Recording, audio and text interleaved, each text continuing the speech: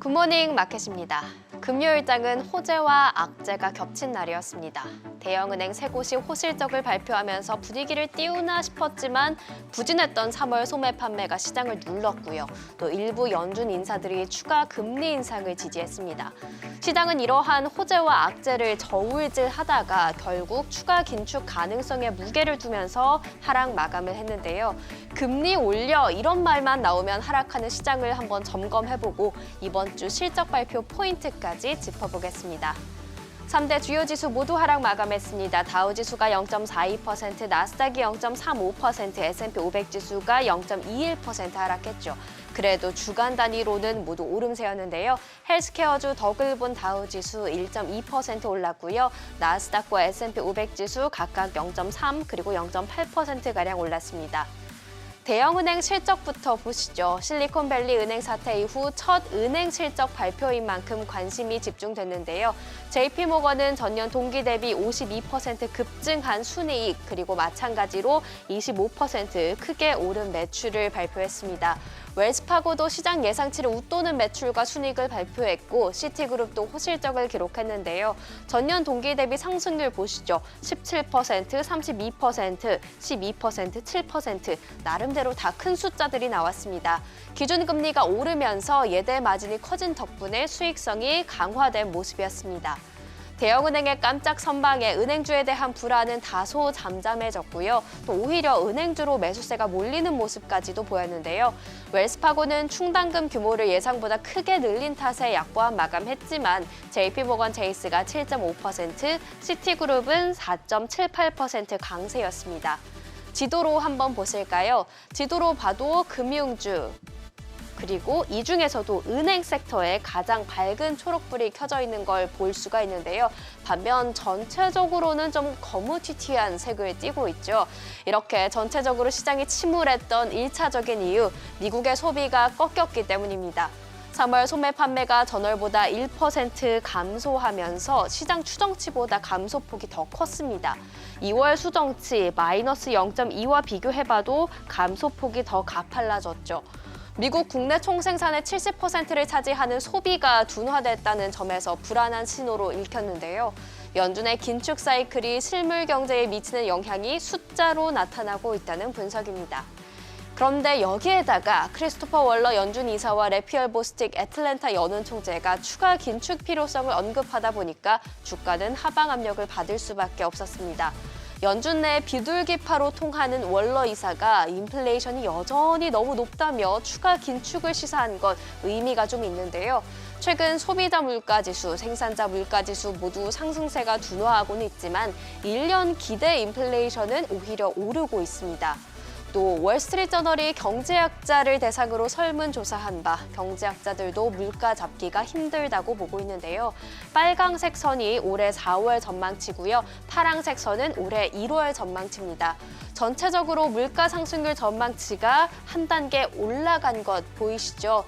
또 지난 1월 올해 말 물가 상승률로 3.1%를 예상했던 경제학자들 올해 4월에는 3.53%로 그 전망치 조금 올렸습니다. 물가가 생각만큼 빠르게 진정되고 있지 않다는 뜻으로 연준의 추가 긴축 가능성에 힘을 실었습니다. 연준 인사들의 발언, 높아진 단기 기대 인플레, 경제학자들의 인플레 전망 이렇게 모두 다 소화하면서 시장은 5월 FOMC에서 기준금리가 0.25%포인트 인상될 가능성을 매우 높다고 보고 있습니다. 무려 98.4%까지 올라왔는데요. 그러면서 6월, 7월에는 금리가 동결된 뒤 9월부터는 또 인하 사이클에 진입할 것으로 예상하고 있습니다. 과연 경제학자들도 그렇게 생각했을까요? 전망치 한번 보시죠. 짙은 파랑색이 올해 1월 전망이고요. 밝은 파랑색이 올해 4월 전망치입니다. 경제학자들이 보는 올해 말 연준, 금리를 인하할 가능성 오히려 줄어드는 모습을 보였고요. 대신 내년 초에 금리를 인하할 것 같다고 생각하는 경제학자들 더 많아지는 모습을 보였습니다. 경제학자들의 의견이 정답은 아니지만 연준도 전문가도 올해 금리 인하에는 선을 긋고 있는 만큼 시장이 너무 앞서간 건 아닌지 체크해 볼 필요가 있겠습니다. 이번 주는 또 어떤 일들이 기다리고 있을까요? 이번 주도 연준 인사들의 연설이 대거 예정돼 있습니다. 17일에는 리치먼드 연은 총재, 그리고 18일에는 미셸 보먼 연준 이사의 연설이 예정돼 있죠. 또 각각 17일, 18일 모두 주택 관련 지표가 공개될 예정입니다. 주택 시장에 대해서 좀 더 자세하게 알아볼 수 있을 예정이고요.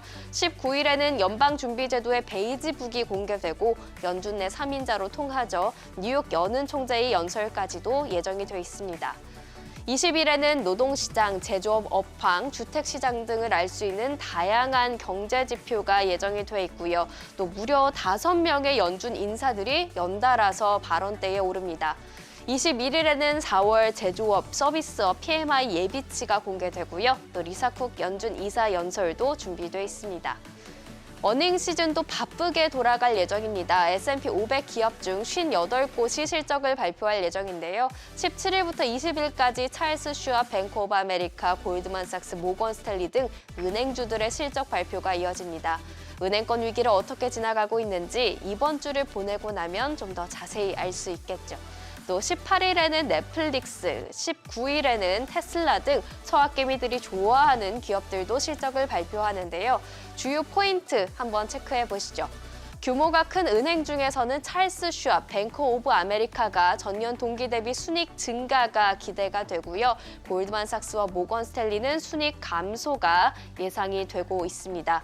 넷플릭스의 순이익도 급감할 것으로 예상이 되고 있는데요. 구독자 수 증감에 주목하셔야겠고요. 특히 광고형 요금제 구독자 수와 비밀번호 공유 단속에 나서기 시작한 캐나다, 스페인 등에서의 실적이 어떤지 확인해 봐야 합니다. 테슬라는 매출은 급증할 것으로 기대되는 반면 순이익은 급감할 것으로 예상이 됩니다. 차량 가격 인하 때문이겠죠. 따라서 마진율을 확인할 필요가 있겠습니다. 미국의 긴축 사이클 종료 기대감에 유럽과 아시아 증시는 오름세를 보였습니다. 유럽 주요국 증시는 0.3에서 0.5%가량 오름세를 보였고요. 아시아에서는 특히 니케이 225 지수가 1.2% 오름세로 강세를 보였는데요. 투자의 규제 워런 버핏이 이끄는 버크셔 서웨이가 약 1조 5,600억 원 규모의 엔화 채권을 발행했다는 소식 덕분이었습니다. 비트코인은 현재 오전 8시 기준 3,960만 원대에서 거래 계속해서 유지되고 있고요. 국제유가는 국제에너지기구가 주요 산유국들의 감산 조치로 올해 원유 공급량이 예상보다 많이 부족할 것이라고 밝히자 오름세였습니다. WTI가 0.44%, 브렌트유가 0.26% 오르면서 금요일장 마쳤습니다. 미 10년물 국채 수익률은 3.515%를, 2년물 국채 수익률은 4%를 다시 웃돌면서 4.099%를 기록했습니다.